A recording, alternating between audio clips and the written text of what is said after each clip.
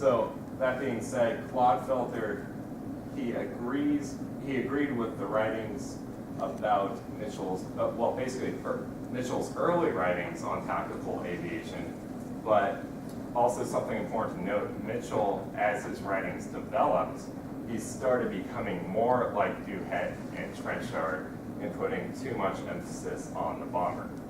So Claude Felter, he was saying, no, it was his early writings that were the most correct, not as he became more like Duhet and Trenchard. All right, so with that, I'll be getting into the evidence, and I'll be talking first about the British strategic bombing campaign.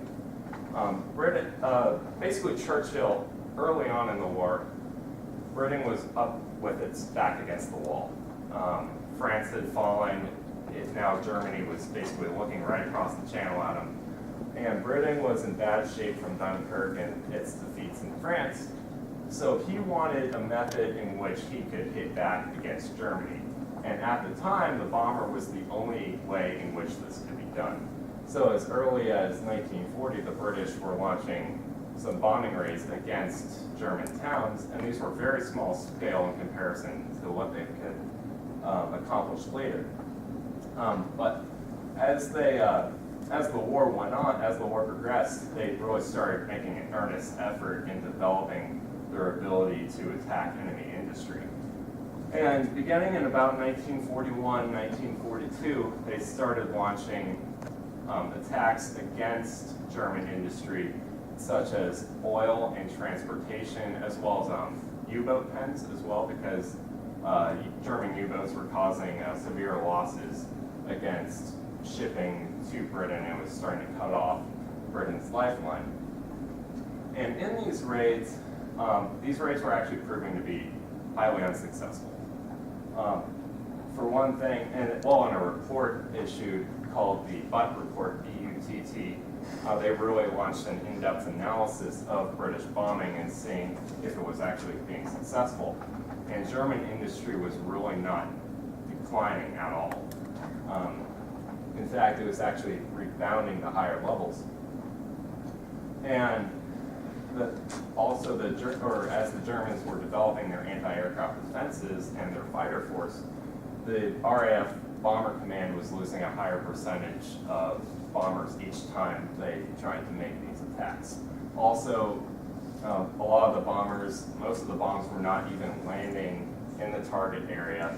Some of the bombers were starting to get lost, and this became extremely prevalent after the RAF switched to night raids in an attempt to cut their losses.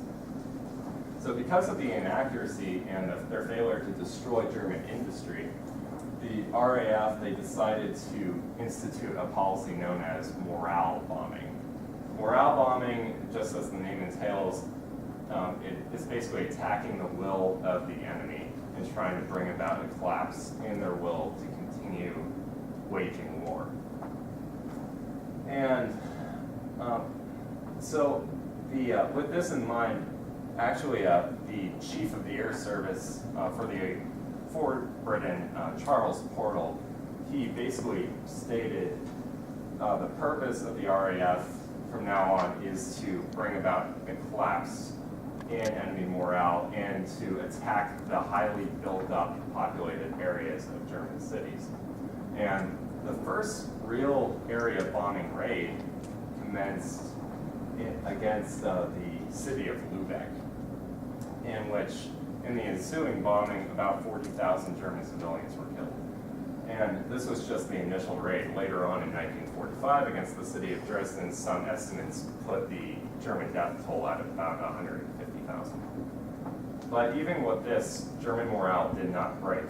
And one possible reason for this is mentioned by George Friedrich in this book called The Fire, and it basically covers the bombing of Germany. Not just what the British did, but the United States as well. But he said the bombing simply lacked the intensity in time and space because this bombing took place over a period of about 2 or 3 years, and also was occurring all over Germany. So therefore, it lacked basically the concentration to bring about the collapse in enemy morale. In addition, the United States Strategic Bombing Survey, which was conducted in 1945, 1946, so immediately after the war, suggested that because Germany was a police state, even though the Germans were very concerned about morale and were concerned about an uprising, it was much harder, well, the collapse in German morale, it wouldn't be as relevant anyway. And also, it's good to note that German civilians were definitely not happy. They were getting worn down. They were very wary of the bombing, but still their morale did not break. So in a sense, the morale bombing campaign could be considered a failure. Now switching to the United States. The United States had a completely different approach to strategic bombing. They wanted to bomb during the day because they believed they could obtain much more precise results. And they launched their attacks not against built-up civilian areas, but against industrial targets. So oil was a big target, ball-bearing plants, which were essential for aircraft production, tank factories, not so much against steel production, but various elements of the German war machine or industrial machine in an attempt to bring about a collapse in their ability to continue to wage war.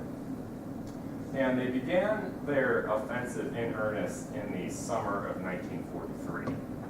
And they really wanted to attack those industries that were essential to the maintaining and production of the German Air Force, the Luftwaffe.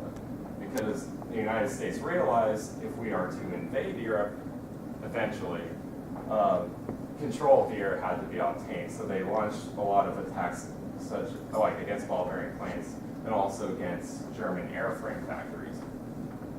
And they were doing this without fighter escort in 1943 because, like basically they were following Duhet's beliefs in that the bombers could protect themselves with their own defensive armaments, such as these machine guns here, in the tail and the nose. Underneath, they flew in and they thought, okay, we could protect ourselves against the German fighters. This turned out not to be the case. With one raid against Schweinfurt, against the ball-bearing plant, in late summer 1943, having a loss of about 62 bombers. And there were about 10 men per bomber, so over 600 men went down on that day, with a loss rate of about 17% out of the total strike force. So the United States realized this isn't working. We're suffering far too high, a far too high casualty rate. So they ended up introducing, they realized they had to have an escort fighter. And they introduced the P-51B Mustang, which I will talk about a little bit later, in 1943. Or sorry, December 1943, so right at the end. And with this, the bomber casualty rate immediately went down, and they started having far more success in their raids against oil refineries and ball-bearing planes. Oil in particular, in 1944, in their raids against German synthetic oil factories, Albert Speer, the Minister of German Munitions and War Production, said that we had cut Germany's aviation gasoline by about 90% by June of 1944. So this was significant, but this was not able to happen until the escort fighters came around. So basically the strategic bombing campaign, it did see some success later on, especially when escort fighters were introduced into the picture. But they did not really obtain the results that Duhet and Trenchard had predicted in basically a really quick defeat and collapse of enemy morale. Because the bombing industry did not bring a break in enemy morale, though it did have practical effects in declining the amount of material available to the German war economy.